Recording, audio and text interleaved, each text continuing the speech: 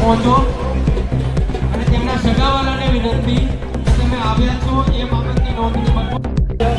અમૂલભાઈ ભટ્ટ આપણી વચ્ચે ઉપસ્થિત છે.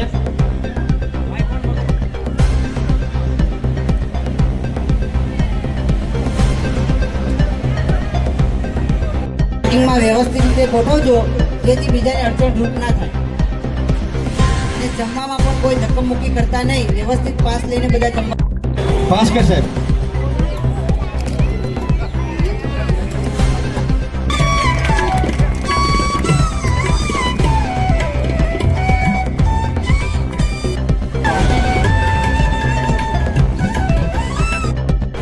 આશાબેન બ્રહ્મભટ્ટનું સ્વાગત કરે.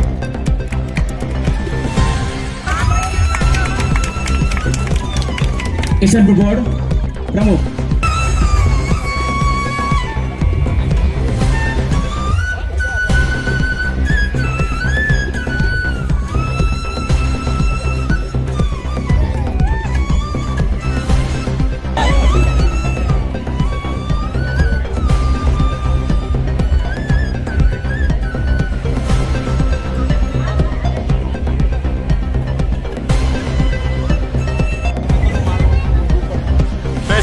મેં શ્રી અમૂલભાઈ ગિરીશભાઈનું ટ્રોફી સ્વાગત સન્માન કરે.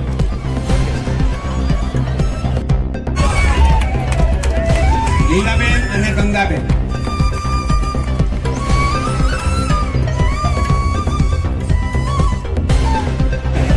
આ બાજુ સર. રસિકભાઈ સુથાર જાયન્ટ્સ વેલફેર ફાઉન્ડેશનમાં. રસિકભાઈ આ બાજુ મૂળ. પછી શ્રી કાંતિભાઈ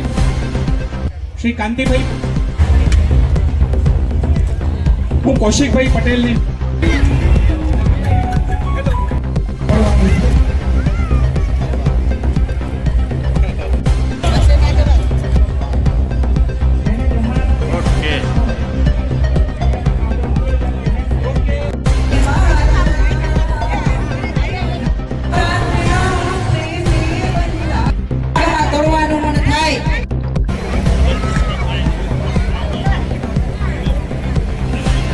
એક નંબર અને 7 નંબરનું જોડકું હજી પહોંચ્યું નથી.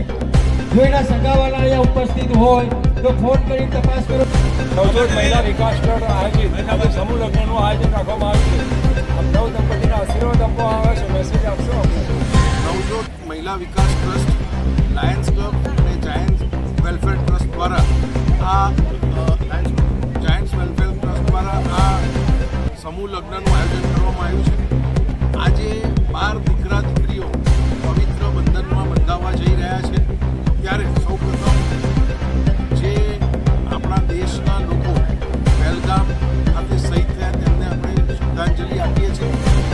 આજના સમયમાં જ્યારે આર્થિક રીતે મધ્યમ વર્ગ જુદી જુદી સમસ્યાઓનો સામનો કરતો હોય ત્યારે સમૂહ લગ્ન એ આવા આયોજનો એ શ્રેષ્ઠ વિકલ્પ છે. એક માડવા ઉપર એક ખર્ચામાં એક સામટા 12 લગ્ન થાય તો આપણે સમજી શકીએ એમ છે કે કેટલો બધો ખર્ચ બચતો હોય છે. છતાં પણ એ લગ્નની ભવ્યતા પણ બદલાતી હોય છે અને વધતી હોય છે. તો હું આજે આ ત્રણેય નવજોત મહિલા વિકાસ ટ્રસ્ટ, લાયન્સ ક્લબ અને જાયન્ટ્સ ક્લબને ખૂબ ખૂબ ધન્યવાદ પાઠવું છું આવી પ્રવૃત્તિઓ કરવા માટે. આપણે જાણીએ છીએ કે લાયન્સ ક્લબ, જાયન્ટ્સ ક્લબ અને આ ત્રણેય ટ્રસ્ટ ભૂતકાળમાં પણ અનેક આવી સામાજિક પ્રવૃત્તિઓ કરી ચૂક્યા છે. જે 12 દીકરા દીકરીઓ આજે પવિત્ર બંધન બંધાવવામાં છે તેમને પણ હું ધન્યવાદ પાઠવું છું, તેમને આશીર્વાદ પાઠવું છું. અને આપણે બહુ બધા ભેગા થઈ અને હવે ભવિષ્યમાં આવા વધુ ઓછા ખર્ચે વધુ સારા કાર્યક્રમો, લગ્નો, જનોઈ વગેરે થઈ શકે એવી સમાજને એક અપીલ. Thank you.